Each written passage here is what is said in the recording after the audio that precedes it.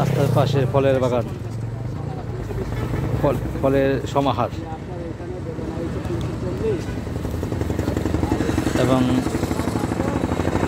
বিভিন্ন ফলের আড়তের কাছাকাছি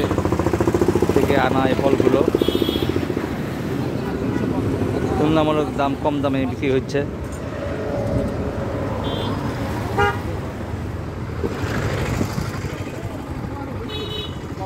ভালো আঙ্গুর তাই ছোট ছোট আঙ্গুর ভালো না এটা হাইব্রিড